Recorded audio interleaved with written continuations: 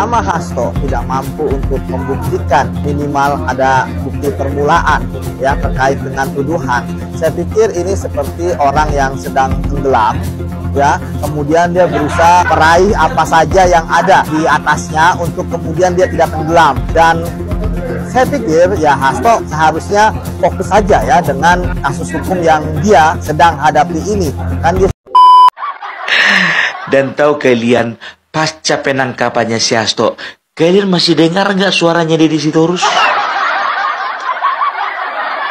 Dengar, tapi pelan.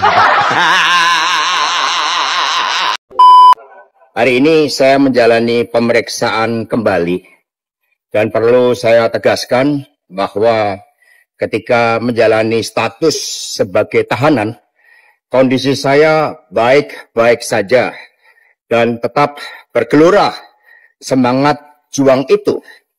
Karena ini adalah perjuangan untuk mendapatkan keadilan dan perjuangan untuk masa depan Indonesia Raya. Penyidik KPK menyarankan agar Hasto sebaiknya fokus saja dengan kasus hukum yang saat ini ia hadapi, daripada ia berjuang untuk mencari pembenaran diri dengan mencari kambing hitam. Dan dalam hal ini, yang dimaksudkan adalah ia pernah menyampaikan bahwa ia memiliki beberapa rekaman video kasus korupsi di tanah air yang melibatkan para petinggi di negeri ini.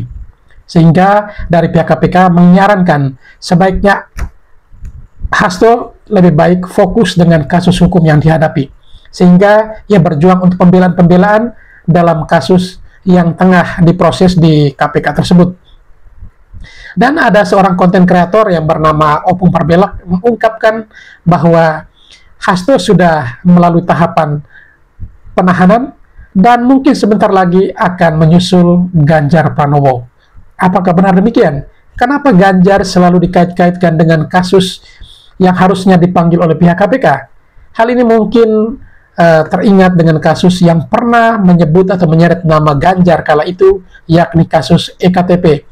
Karena mengingat salah satu oknum dalam kasus korupsi tersebut sudah ditahan di Singapura. Dan seperti apa respon atau tanggapan dari para netizen akan hal ini? Mari kita ikuti video selengkapnya.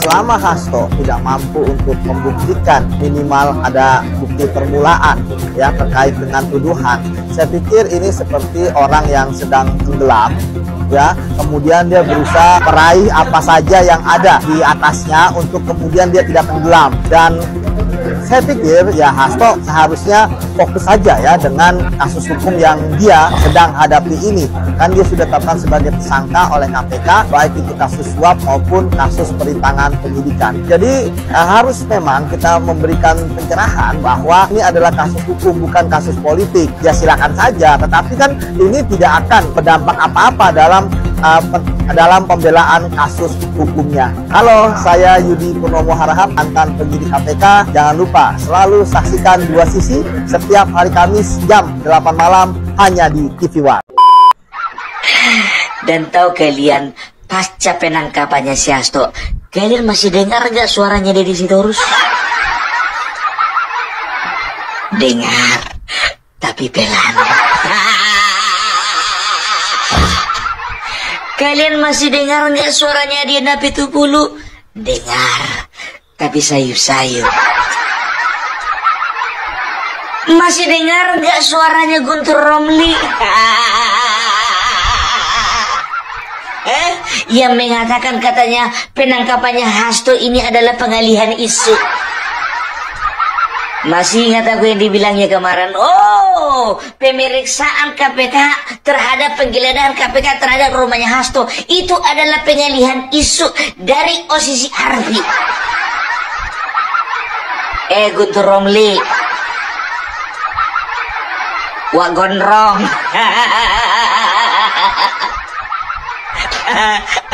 Gimana kabarmu, aman muncungmu itu? Kalau ngomong boleh menghibur diri, tapi jangan kelewat batas.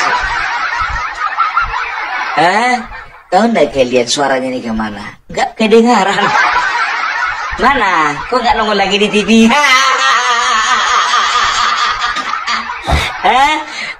Begitu juga itu siapa namanya si Aryo Seno, juru bicara PDIP, juru bicara PDIP. Mana suaranya Aryo Seno? Tahu nggak kalian? Ku bilang sama kalian, ini ku jamin sama kalian ya. Ya pasca ditangkapnya si Hasto, orang ini bakalan hilang satu-satu. Karena apa?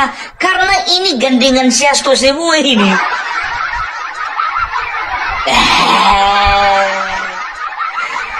Coba sekarang biar tahu kalian, yang tampil di permukaan, yang tampil kemana-mana sekarang, Puan Maharani. Kemarin biar tahu kalian, Puan Maharani ketika ada acara waktu itu, waktu hadir Bapak Prabowo, hadir juga Bapak Jokowi, hadir juga Bapak SBY, dia salami satu-satu. Itu dia, ya. Setelah itu di Kongres Demokrat, Puan Maharani menghadiri acara Kongres Demokrat didampingi siapa? Bukan Deddy Sitorus, bukan Nadia Nabitupulu, bukan juga Guntur Romli, tapi Bambang Urianto alias Bambang Pacul. Kan ku bilang kan dari kemarin-kemarin kan, ya. Ini kelompok-kelompok yang pro, bukan pro lah ku bilang, yang santun kepada Bapak Jokowi, yang bisa dikatakan kelompok-kelompok yang ya sampai sekarang masih menjaga silaturahmi dengan Bapak Jokowi. Mereka ini berdoa supaya Hasto bisa ditangkap sebelum Kongres. Akhirnya doa mereka terjawab. Ingat, ini bukan doaku, doa mereka. Karena apa? Secara politik biar tahu kalian ya, di dalam tubuh PDIP selama ini yang pegang kontrol itu Hasto dan bersama juga dengan kawan-kawannya. Coba kalian perhatikan, waktu Hasto belum pakai rompi oranye, ya, belum pakai baju Shopee. Ya, ada pernah kalian dengar Mbak Puan Maharani contohnya berkomentar lebih dominan daripada Hasto? Enggak, dikit-dikit Hasto, dikit-dikit Deddy Sitorus, dikit-dikit Guntur Romli, dikit-dikit Nadia Nabitupulu, dikit-dikit Aryo Seno, dikit-dikit Ciko Hakim. Ya, ingat kalian kan? Nah ini sekarang ini saatnya biar tahu kalian ya, nama-nama yang kusebutkan satu persatu pasti tenggelam sebelum waktunya.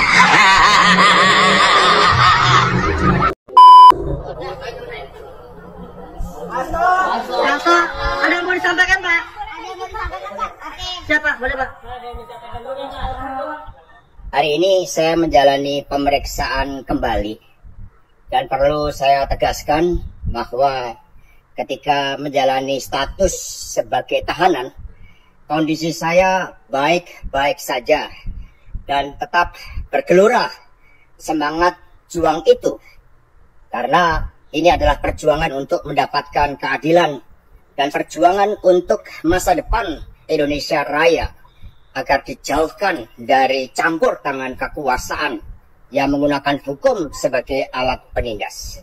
Saya diterima dengan sangat baik oleh para tahanan yang lain, warga Merah Putih. Bahkan kemudian ketika saya dikenakan isolasi, banyak yang memberikan bantuan. Ada berupa kopi, teh, dan kemudian saya juga gelorakan semangat juang tentang Satyam Eva Jayate bahwa kebenaran akan menang. Dan kemudian disitulah saya merasakan bahwa gelora kemanusiaan itu sungguh-sungguh ada, sungguh-sungguh eksis. Karena itulah kemudian hidup saya menjadi sangat tertib. Setiap pagi olahraga. Ketika saya pertama melihat teman-teman olahraga rasanya kurang semangat, maka kemudian saya ajarkan untuk berolahraga bersama sambil menyanyikan lagu-lagu wajib. Maka lagu Maju Tak Gentar, kemudian Pancasila, Garuda Pancasila, semua lagu-lagu wajib kami nyanyikan secara bersama-sama. Bahkan sekarang setiap pagi kalau mendengarkan lagu Indonesia Raya, semua berdiri dengan sikap sempurna untuk menggelorakan semangat kebangsaan bahwa Republik Indonesia ini dibangun dengan cita-cita memperjuangkan keadilan yang sejati berdasarkan Pancasila. Ada kemanusiaan, kita semua adalah makhluk ciptaan Tuhan. Karena itulah kepada seluruh kader-kader PDI Perjuangan, seluruh simpatisan dan anggota, pesan saya, tetap tenang. Jaga seluruh semangat juang, jaga Ibu Megawati Soekarno Putri, marwahnya dari mereka yang ingin mengaduk-aduk PDI Perjuangan. Tetap semangat dan merdeka, mohon doa restunya dari seluruh masyarakat Indonesia. Keadilan pasti akan menang. Merdeka! Simpatisan dan anggota, pesan saya, tetap tenang. Jaga seluruh semangat juang, jaga Ibu Megawati Soekarno Putri, marwahnya dari mereka yang ingin mengaduk-aduk PDI Perjuangan. Tetap semangat dan merdeka, mohon doa restunya dari seluruh masyarakat Indonesia. Manusia urip pangkamu. PDIP nilai KPK tidak punya urgensi menahan Hasto Kristianto, Sekjen PDI Perjuangan.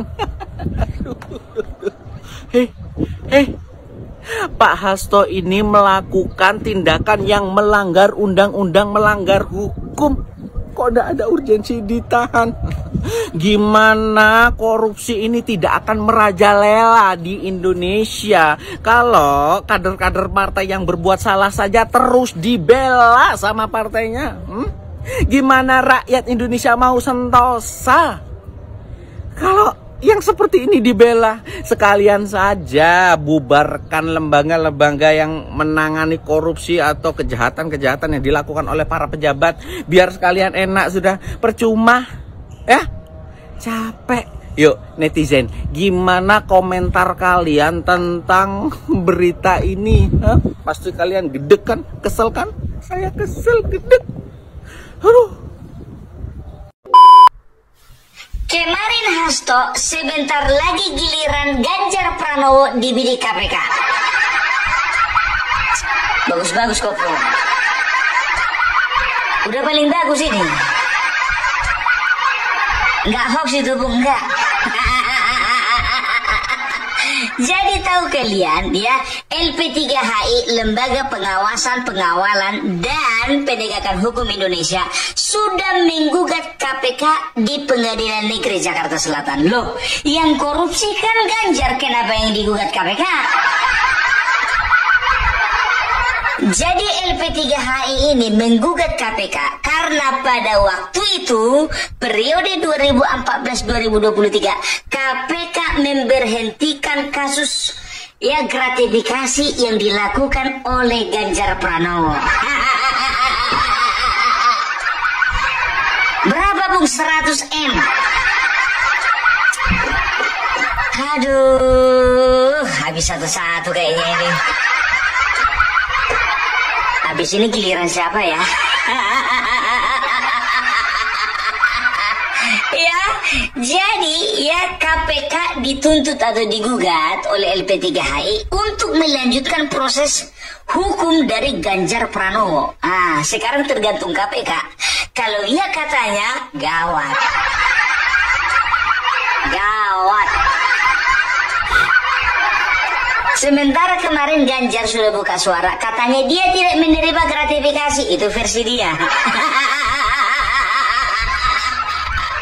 Sementara ya, menurut beberapa kesaksian dan juga fakta di lapangan, ya ternyata Ganjar ini menerima gratifikasi waktu dia menjabat sebagai Gubernur Jawa Tengah. Loh, kok bisa jadi begini ceritanya ya?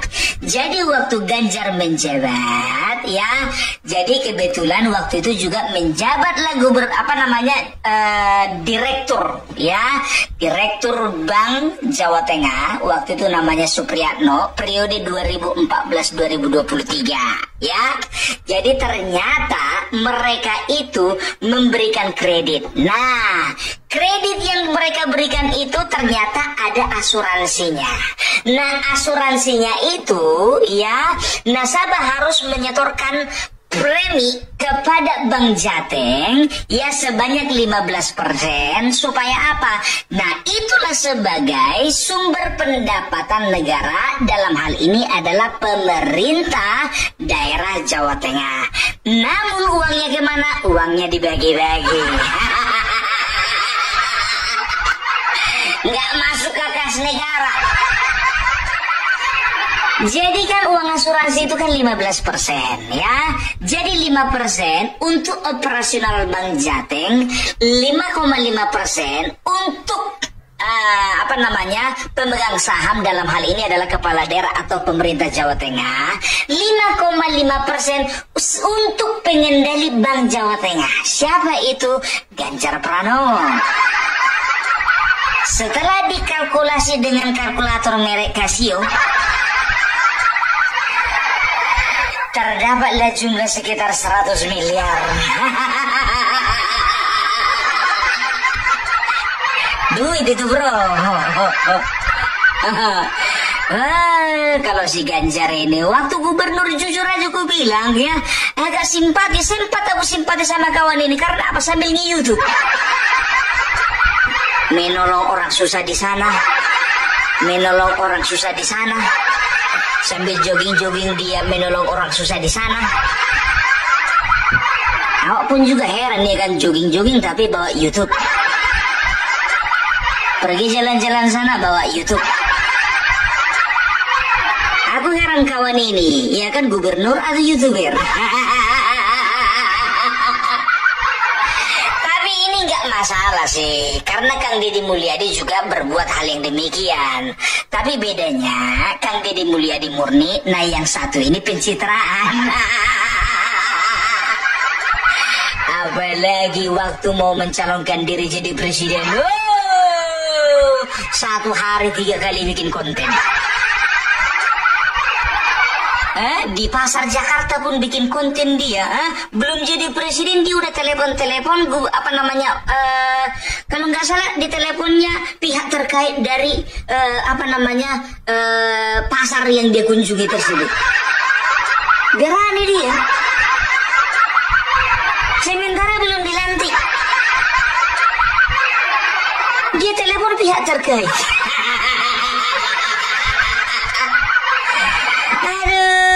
Aduh, inilah kalau mimpinya kesiangan. Kalau mimpi itu, ya, itu antara jam 10 malam sampai jam 4 atau jam 5 pagi. Nah ini jam 10 pagi mimpi dia. Gagal deh. Ya, jadi bisa dikatakan, ya kan, Ganjar ini kalau misalnya dikatakan bersih, nggak bersih-bersih amat lah. Kenapa bisa begitu, Bung? EKTP. Berapa jumlahnya, Bung? $5.000.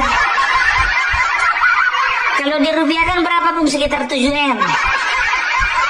Jadi konfrontasi, dia mengatakan ke saya bahwa saya tidak pernah memberi anak kepada Pak Ganjar.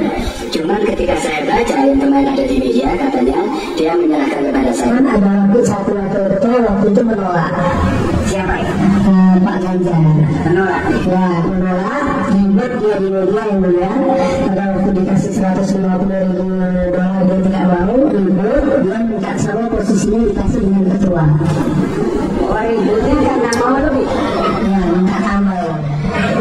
Kemudian dikasih saya sama dengan ketua $500.000. Akhirnya dia terima. Nah, terima ya dia. Setelah itu dikasih uang dulu baru dia mau. Tentang penyerahannya Anda tahu.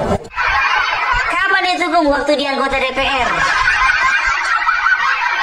Bayangkan kalian, sewaktu DPR, ya, ketika periode 2010 atau 2011, kawan ini kan sudah menjadi anggota dewan dari 2004. 2004, 2009, 2014, kan begitu. Nah, nasibnya aja bagus, ya, bisa jadi gubernur. Nah, kebetulan tahun 2010, 2011, ya, meledaklah itu masalah kasus EKTP, ya, disinyalir Ganjar Pranowo mendapatkan uang sekitar $5.000. Siapa-siapa yang menerima? Pramono Anung dan Puan Maharani. Tapi Pramono Anung nggak mana-mana aja, Bung. Ya tanyalah sama yang bersangkutan. Ini kan kita bicara Ganjar loh. Ya kalau memang contohnya memang harus bergiliran, ya tunggu nanti saatnya, ada waktu yang tepat dan waktu yang terindah. Tunggu giliran masing-masing. Spot jantung lah kau Ganjar. Iya kan, spot jantung kawan ini. Iya kan.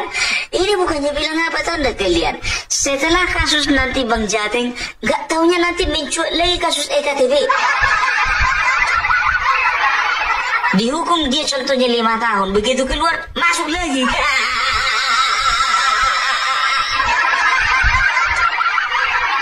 Aduh, makanya gue bilang sekarang ini Bapak Prabowo nggak main-main ya. Jangankan korupsi 1 tahun yang lalu, 15 tahun yang lalu disikat. Kalian tengok itu mafia migas, ha? Aku nggak perlu sebutkan namanya. Ada salah satu, aku nggak bilang mafia ya, ada salah satu cukong migas ya, tapi bisa dikatakan dia pengen deli harga migas, pengen deli bisnis migas yang ada di Indonesia ini. Dulu tahun 2014 dia menjadi salah satu donaturnya, pencalonannya Bapak Prabowo dan juga Hatta Rajasa. Nah, sekarang biar tau kalian anaknya kena gulung. Kira-kira sekarang bagaimana perasaan yang punya anak? Kesal nggak? Kesal lah. Cemana ya si Prabowo 2014 padahal ku bantu dia. Sekarang kayak gini dibikinnya salah.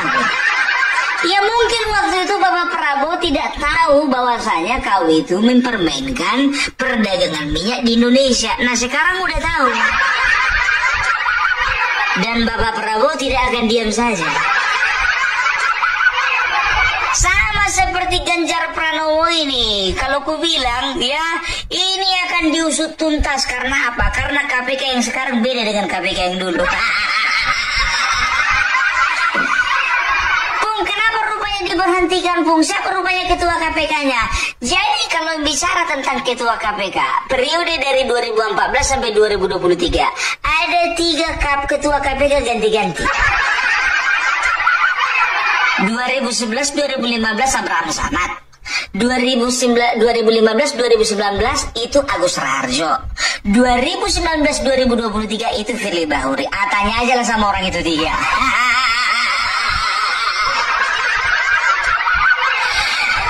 Loh, kenapa bisa begitu, Bung? Siapa penguasanya? Merah.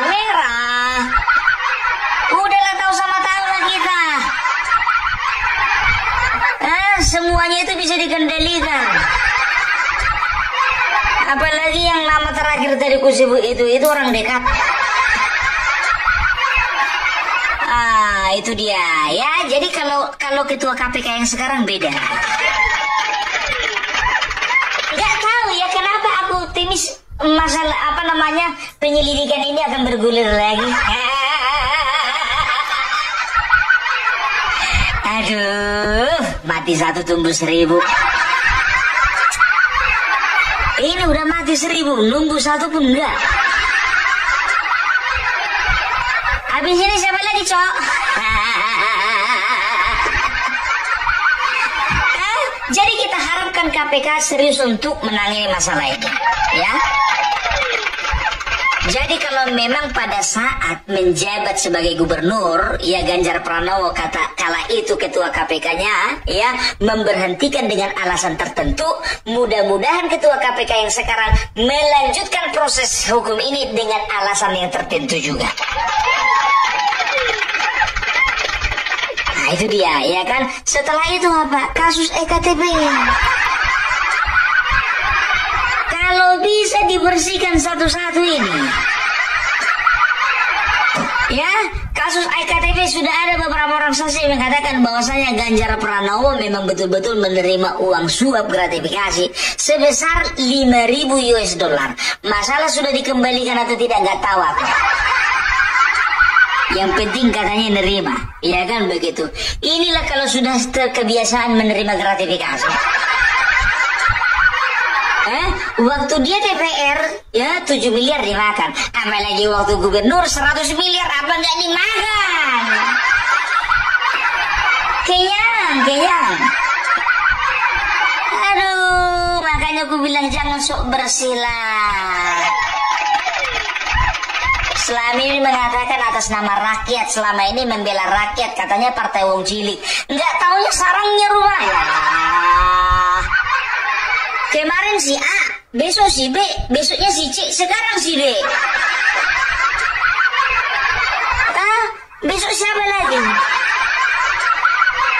Ya, jadi kita harapkan juga kasus-kasus yang lama juga terkuak. Kalau bisa BLBI juga lah, Pung. Udah lama kali itu. Lama kali itu 2004. 20 tahun lebih. Indosat juga lah, Bung. Penjualan pula juga lah, Bung. Kalian itu dikasih hati minta jantung namanya itu. Kalian kok arahnya ke situ-situ lagi, situ-situ lagi. Hormati, wah itu presiden itu walaupun gak dipilih rakyat.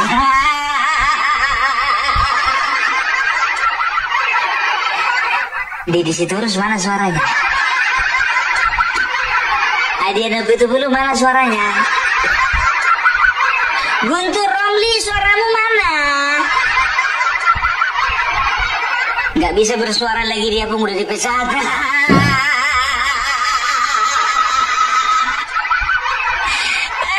Itulah kau udah bagus kemarin nasibmu di PSI. Kau aja sebetulnya, Guntur, ku bilang sama kau aja sebetulnya yang nggak sabar. Kalau kau masih di PSI contohnya, aku rasa kau bisa jadi senior kan begitu. Nah ini kau pindah ikut-ikutan ku ke PDIP. PDIP itu partai besar, ilmumu belum cukup masuk ke sana. Kalau modal congor doang mau 2 kali hukum parbela pun bisa ke situ. Aduh, kasihan dia dipecat. Ngeri kali, Pak, udah nggak ada lagi harga diri kawan ini. Biasanya di mana-mana yang tampil di TV si Guntur Aryo Seno. Sekarang digantikan kawan sama Roni Talapesi dan juga Mbak Basara kan. Ngomong pula asal-asalan, ada beberapa hal yang omongannya ini yang meleset. Yang pertama, ya, perjanjian batu tulis katanya tahun 2014. Batu tulis itu 2009. Bikin malu ketum kau, bikin malu ketum. Setelah itu apa? Dibilang katanya, penggeledahan rumah Hasto katanya adalah penggeledahan isu dari OSIS Arfi. Mana nyambungnya? Nyambungnya di mana? Aduh, ada lagi itu. Apa dibilangnya itu kemarin itu? Oh iya, penetapan Hasto sebagai tersangka karena apa? Karena Jokowi dipecat dari PDIP.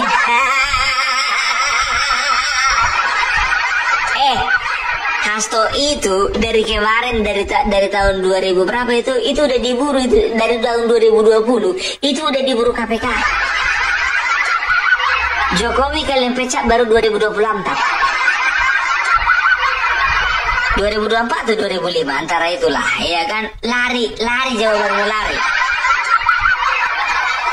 Aduh, kangen sama Deddy Sitorus.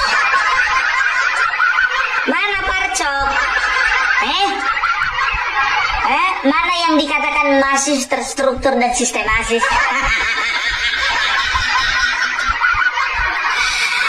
Aduh, gimana? Nunggu giliran ya. Tapi bukannya bilang apa loh, aku bilang sama kalian jujur aja, aku agak-agak ngiri ini karena apa ya? Ini dari mereka, ini mulai bungkam satu-satu. Karena apa? Karena sedangkan sekjen berani berhasil disiduk, apalagi elit biasa kan begitu? Ya, lihatlah Ganjar, jantungan, ngiri.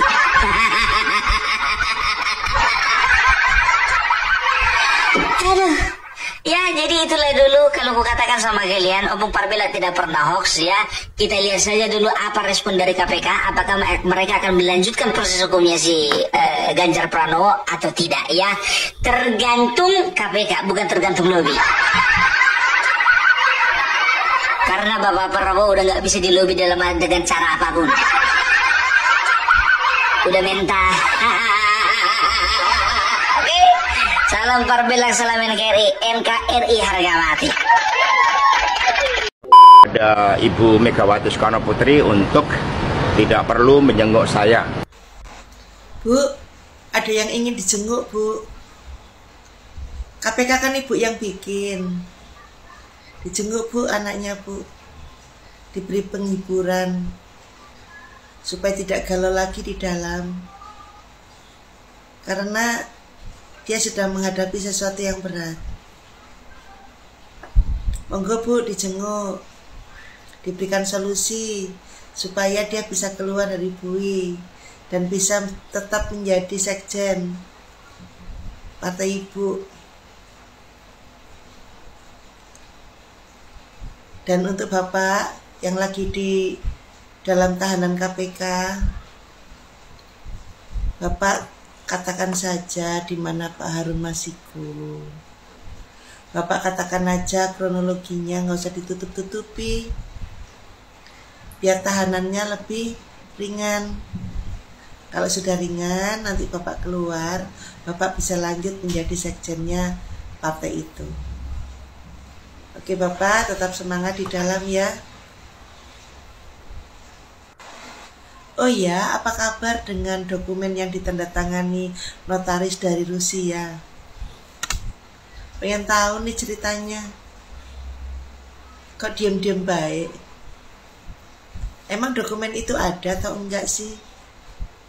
Kasih bocoran dong. Kita penasaran loh. Ditunggu ya dokumennya. Kita share ke publik. Siapa tahu bisa mempengaruhi rasa cinta masyarakat Indonesia kepada Bapak Jokowi. Oke? Apakah begitu besar pengaruhnya, begitu kuat Hasto di PDIP? Menurut saya enggak. Kita yakin juga struktur PDIP sebenarnya kecewa juga dengan kasus yang dihadapi oleh Hasto ini. Mereka juga banyak itu yang kecewa dengan kelakuannya Hasto. Dengan kadang-kadang ada arogansi juga, ya kan? Karena ini semuanya karena dia dipercaya dan dekat sama Ibu Mega. Itu aja. Kenapa? Nah, karena kan begini. Ibu ini sakit hati sama Jokowi. Nah kan? Nah, yang bisa membangun yang mewakili sakit hatinya Bu Mega itu terhadap Jokowi itu Hasto. Muncul juga yang di bawahnya, ada Adian Apitupulu, Deddy Sitorus kan, atau mungkin beberapa yang lain ya.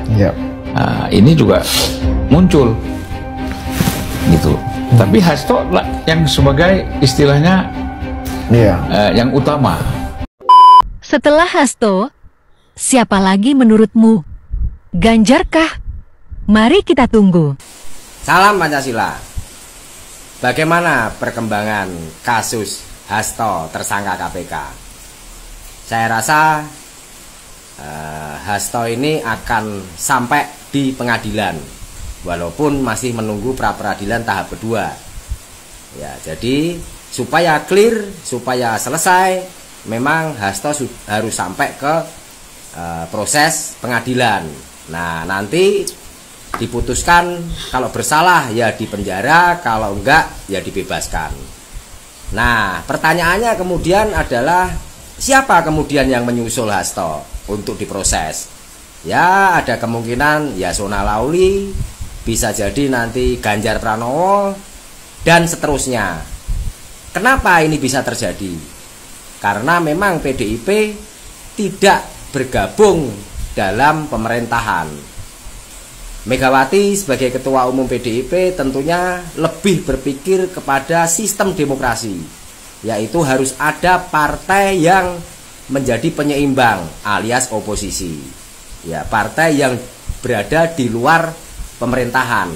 Apalagi PDIP ini adalah partai yang cukup besar, bahkan paling besar di Indonesia. Ya, jika PDIP bergabung ke pemerintahan, ya berarti bukan negara demokrasi. Akhirnya nanti akan terjadi otoriterisme.